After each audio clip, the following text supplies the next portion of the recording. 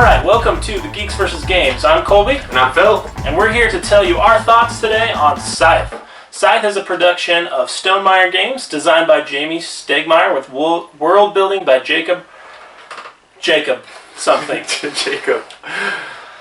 So, we're here to discuss Scythe, because it was one of the biggest Kickstarter hits of last year, opening to great acclaim this year, and we're here to discuss whether or not it lives up to the hype. So the one thing we wanted to include before we start about anything about this game is because it's a Kickstarter exclusive, a lot of you may be hesitant about the fact if you want to purchase this game after. And the one thing we both agree on is you do not have to worry about it. Getting into this game after the Kickstarter is totally fine. You're not missing anything by buying just the base game. So we totally recommend it. And if you want some of the Kickstarter exclusives, they are out there for purchase, so you can still get them through Stonemaier or through people selling them on eBay or BGG or anything like that.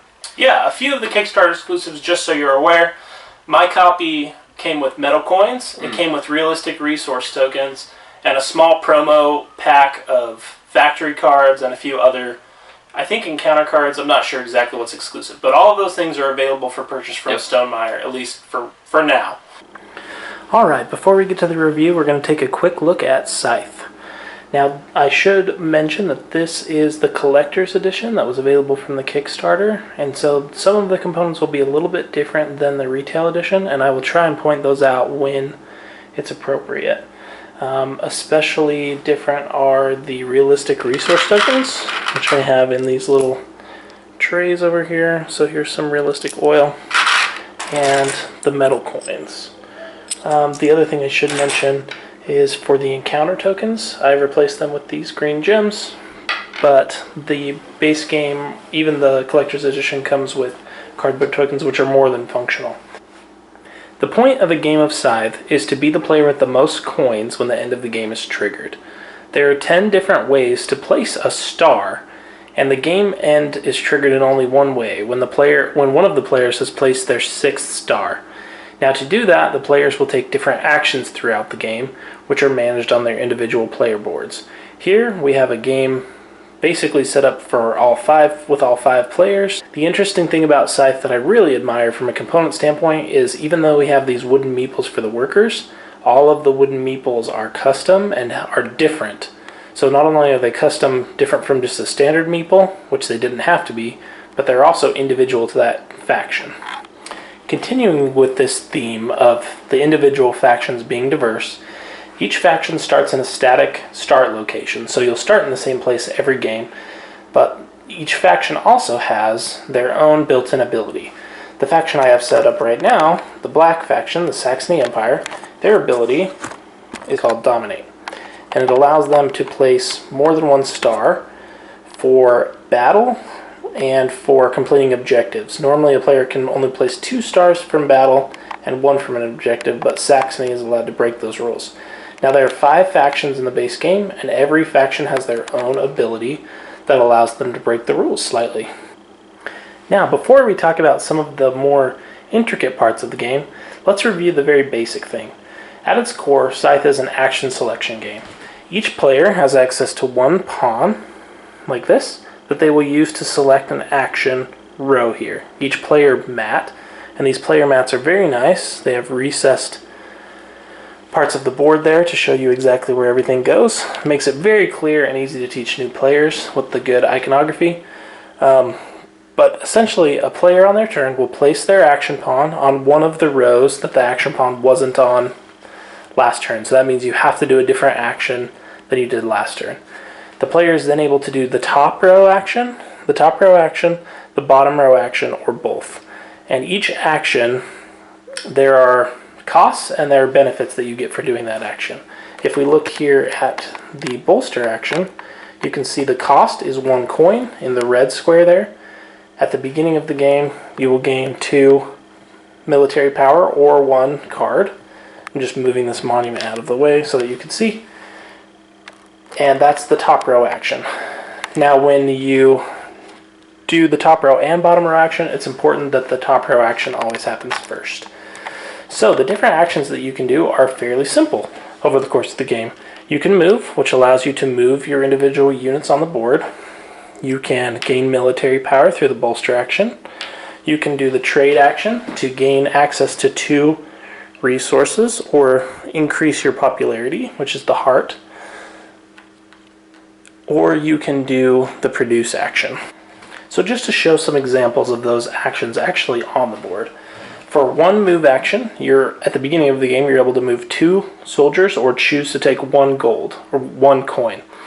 So if I want to move 2 of my units, I can move this worker here and my character here. Later in the game, when I have access to a mech, mechs are able to move and carry any number of workers with them. Additionally, any unit when they move, even a worker, is able to move resources on them. One of the interesting things about Scythe is that as you produce resources, they stay on the board.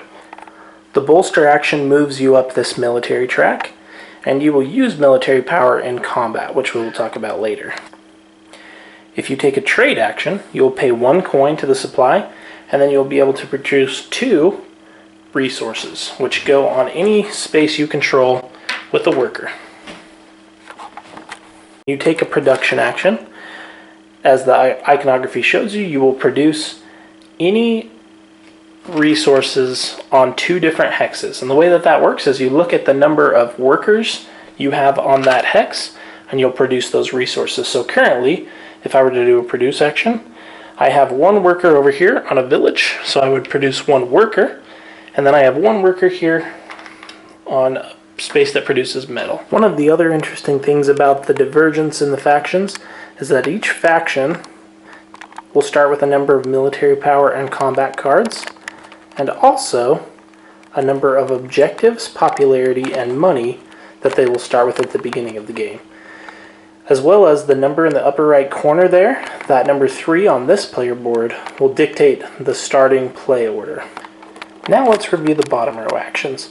When we take an upgrade action, which costs oil, you move 1 of these technology cubes from a green box to a recessed red box with the indicated border. Now what that does is it changes 1 benefit and 1 cost for you down the road. So the upgrade I've just taken will allow me to now move 3 units when I take a move action, and it reduces the cost of this action to 3 metal instead of 4. By taking the deploy mech action, you are able to pay the specified amount of metal, and then you will deploy 1 of your mechs.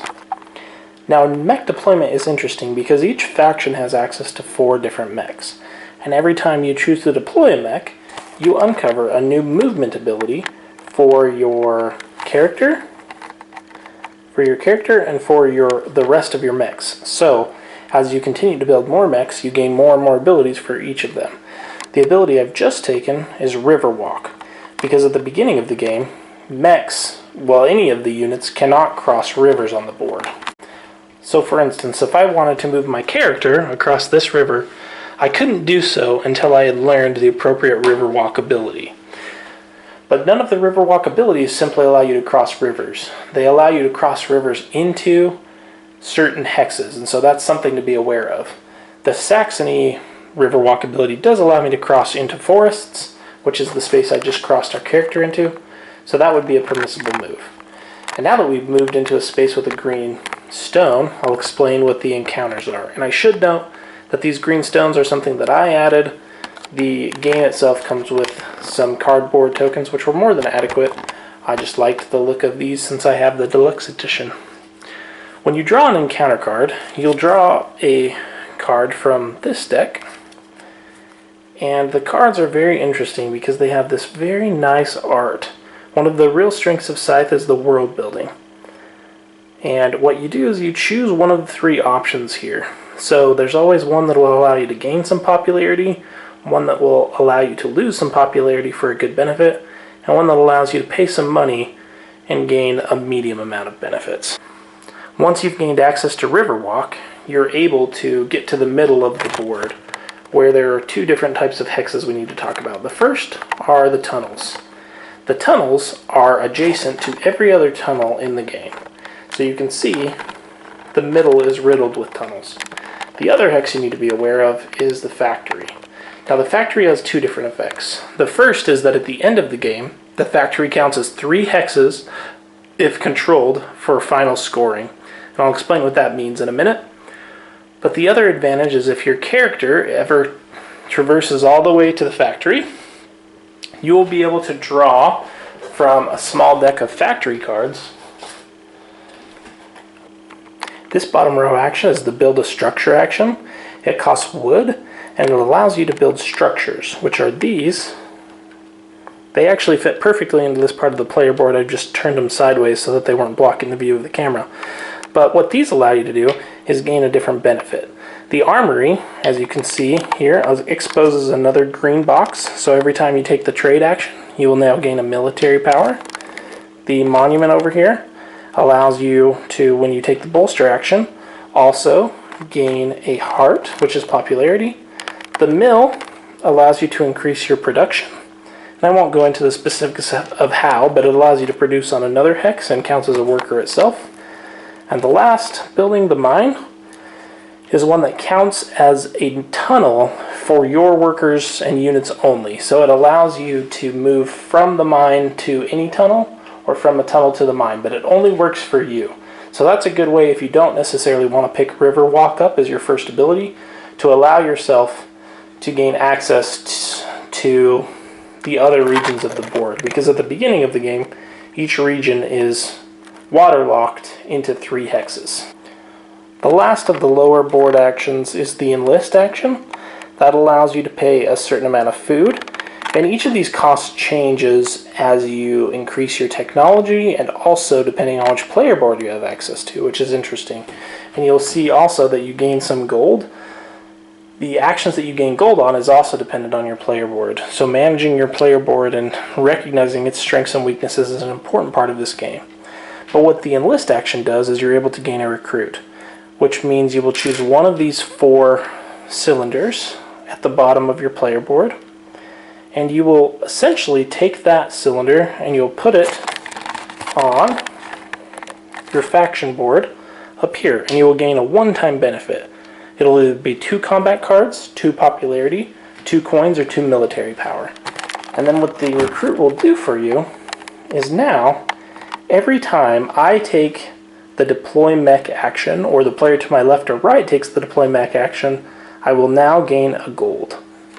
And so the enlist action is a very interesting way to play off of the other players at the table. It allows you, in some ways, to telegraph to the other players what strategies you're going to pursue or what your next few rounds' actions will be. But it also allows you to capitalize on what you think your opponents are going to do. For instance, if your opponents stockpiled a whole bunch of metal, you know that they might be getting ready to deploy a mech. Or if they've stockpiled a bunch of wood, you know they might be getting ready to build some structures. And so you can capitalize on that if you're paying attention. Now let's talk about the placement of stars. There are different things you can do to gain a star. And I'll go over each of these.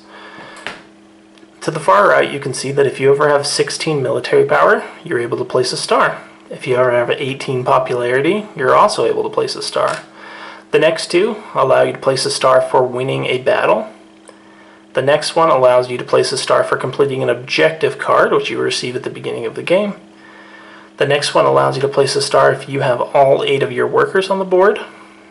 The next star is placed if you have all 4 of your recruits. The next one is all 4 of your structures, all 4 of your mechs. And then the last one is if you have performed 6 upgrades and have increased your technology 6 times. So after a player has placed his 6th star, the game will end. When the game ends, each player will look at their popularity, and their popularity will allow them to add coins for this endgame scoring to determine their final score. So what they will look at is, based on where their popularity is, they will score differently for the different things. So they basically fall into 3 categories here. So from 1 to 6, you will gain 3 money for every star, 2 money for every hex you control, and 1 money for every set of 2 resources left on hexes you control. And the coins you gain for those go up as you move up that popularity track. The important things to remember here are that the factory is worth 3 hexes at the end of the game, and that resources, because they remain on the board, when combat is performed, they are able to be seized by players who perform combat. So speaking of combat, let's see an example of how combat works. There are two types of combat units. You have your mechs and your character. Workers aren't able to move into enemy hexes, which are those controlled by an enemy, because they can't fight. But they can participate in a combat if an enemy moves into their region or if they're moved into an enemy region by a mech. So to demonstrate how combat works, let's say that our character moved in to this white controlled hex. What we would do is each player would gain, well, each player has one of these. They would take their combat dial, and this allows them to set a number up to 7. Now what the player is doing here is they're spending an amount of combat power from this military power track. So you can see that you can spend up to 7. Then, for each unit that you have in the combat, you're able to play 1 combat card. So as the black player here, we would look and we would see that we have a 3, a 2, and a 5. So for instance, if we paid 7 military power and we played this 5 card, because 5 is the highest combat there is, we would know that we absolutely cannot lose because ties go to the attacker. That's one of the ways that Scythe encourages combat.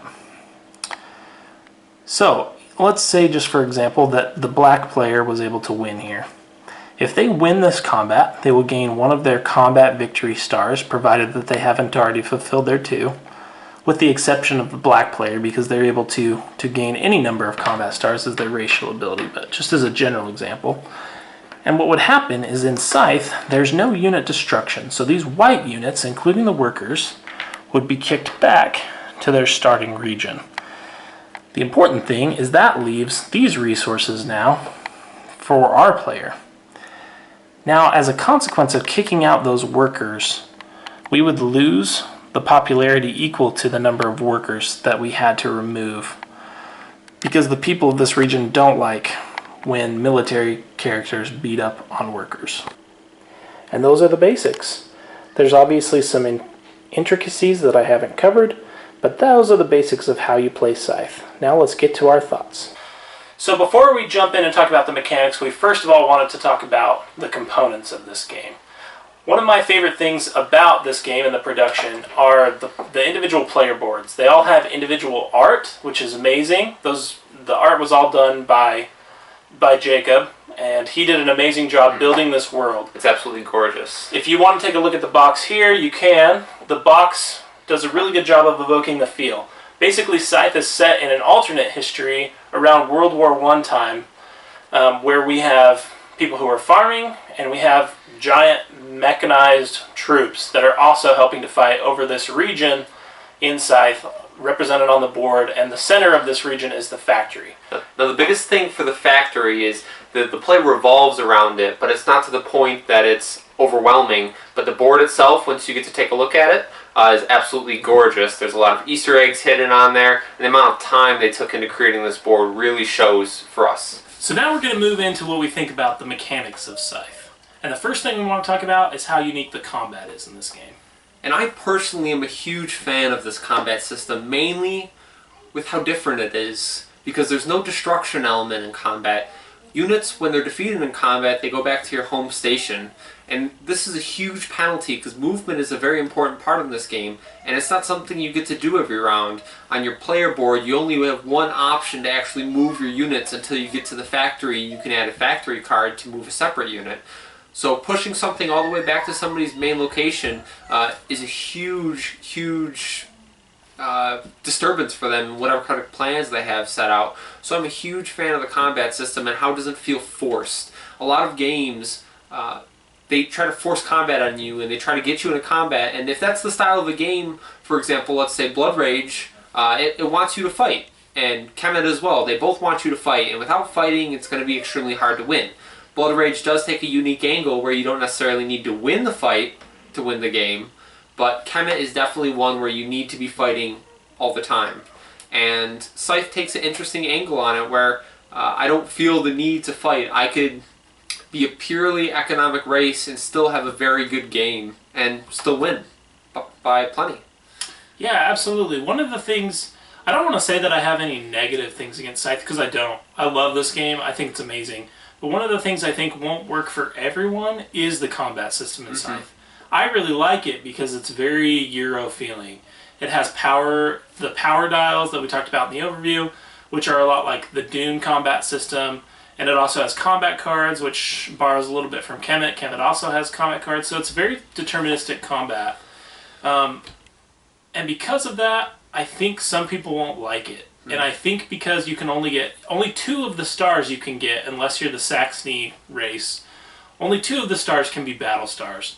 And I've seen games where a player's won with a single battle star, and games where people have finished with no battle stars, and still been very competitive. And so, combat isn't the focus of this game, and so if people go in looking at the cool covers, seeing the giant mechs, and thinking, oh my gosh, I get to fight with these giant mechs. You do, but this game isn't so much about combat, it's more about board presence and about positioning. And where you position your workers and where you keep the resources, that's a big thing that this game changed for me. There's other games that feel a lot like parts of Scythe, but the resource management where the resources stay on the board, that gives stakes to the combat. Because not only are you getting points, but that's a big way that you can... If someone grabs a bunch of resources, the game could spiral out of control. So that's something that people, I wouldn't call it a negative, it's just something that people should be aware of. Be aware of what you're buying. Scythe is an economic game where there is combat, and combat can be a part of the game, but it's definitely not the focus of this game. And I know we've talked before, and if you want to check out in our review of the game and actual mechanics of the game when we talk about everything that goes on and just gameplay basics, we do talk about that when a combat is over, there are punishments for the winner, specifically if they kick out any workers. And the reason is, and the reason I like this so much, is because it kind of shows that there's your actions aren't just your own. They don't just affect the field of battle, and if you win, there's no negative repercussions. There always are. And once again, some people might not like that. Some people say, hey, I won, there should be nothing negative happening to me, I won the battle. But there's still ways people can protect themselves. So as Kolby said, and all you should be aware, it's not a bad aspect for us, but it may be for someone else. So definitely, like he said, realize what you're buying. Yeah, and then my favorite part of the game, actually, is the complexity of managing your individual player board. Because you're rewarded for planning out actions in the future, and several turns in the future, because you'll be chaining your top row and your bottom row actions and trying to get the most efficient use out of every turn. I absolutely love that part, and I love the upgradable board, that as you gain the technology advances and as you build some of the structures, you play with the costs and the benefits of the actions that you take. That's one of my favorite parts about this game. But that leads me to another one of my, not really negative, but just you should be aware of before you buy it. One of the things that I'm afraid of is every time I've played Scythe, I've played it with people who are pretty into modern board games. But if I were to play it with someone who is new, I feel like there are so many systems going on and so many gears that connect perfectly, personally for me, that I'm afraid that there's so much overhead involved in managing that, and that I've gotten so efficient at managing the system after just a handful of games that to play against a new player, I don't feel like they would have that much of a fighting chance. Just in their first game. After the first game, I feel like they would figure out the system. But those kind of games are always difficult for me from a person who has an entire wall of games back here and not a ton of free time. I don't get to play the same game as often as I would like. And so that's something that I definitely think people should be aware of. That if you're the kind of group or the kind of gamer that likes to play a game and change every single week, if people play this game one time, I'm sure they'll have fun with the system, but they probably won't be very competitive in winning, in the endgame scoring. But you do have the trade-off there that, like games like Agricola or Caverna, where you build up your own little system, you're doing that in this game. So even if you don't do well score-wise, you still feel like you've accomplished something. Definitely. And the other thing I would say that's very important is the thing we talked about earlier, how this feels like Kolby said, this feels like a mashup of a lot of different games. So for you experienced gamers out there who have touched on a lot of these different style games, you're going to pick this up a lot easier than most other people are. It's going to feel very familiar to you because you're going to see the portions where it comes out of different games, and it's going to make it easy for you to grasp onto. And you're going to appreciate just how well they combined all these elements together to make such a fantastic game. Yeah, that really just leads me to my personal final thoughts, when I first heard about Scythe on Kickstarter, it was advertised as kind of a combination of a couple different games. Agricola-style farming with Kemet, with Dune-like combat. And to me, I was worried when I first heard about Scythe that it would be kind of a mismatch of all of those things and do all of them kind of, but not do them better than the individual games where those parts of the focus. But Scythe is something completely different. It's its own beast, it's its own game. It does have obvious lines that you can trace back to those games that kind of inspired it. It feels completely unique. So for those of you who, like me initially, were thinking, well, if I already have Dune and if I already have Kemet and I already have a bunch of worker placement resource management games, why would I want Scythe? You should take a second look at this because it's something unique and it's something that I think is going to continue to shoot up the BGG rankings. And I definitely can tell you that it's already, after even just a handful of games, it's already in my personal top 10 because of how great of a package it is. Yeah. It's not often that you get a game with such wonderful mechanics combined with such stellar components. And that's just something that we can expect going forward from Jamie Stegmaier and from Stonemaier Games because he's done that time after time with his games before. And so this is one that I definitely recommend you take a look at. So I definitely, personally, I recommend it. But once again, I would really look into the things that we said earlier where we talked about the things that you may not like. So if you are a heavy combat person, you want to see that reward, and you want to see these mechs go at it, you may be disappointed going to this game. And that would be a real shame because this game shines in so many ways that it doesn't need a super heavy combat system, that it's going to be overwhelming or anything like that. This game succeeds in its own way. And like Kolby was saying, it's different than anything else. And yes, you can draw your lines to all these different style games, but I cannot say enough about this game. I know that my gaming group will love it, and I know Kolby and I already have played it multiple times on our own and as the multiplayer. And we haven't really talked about the single player at all. For me personally, I think it's great. I think the fact that they took the time to make a single player variant shows just how committed they were to this game. They could have done without it. They could have definitely not included it, but they did, and they did a great job at it. It's good enough. You know, I feel like it's competitive. There's different levels that you can take it to, and it's extremely streamlined. So you can tell they took the time to create a well-versed single-player environment. Yeah, absolutely. I totally agree. Well, those are our thoughts, guys. This is the Geeks vs. Games review of Scythe. Go out and at least take a look at this one because it's going to be something special for years to come. Thanks. Thank you, guys.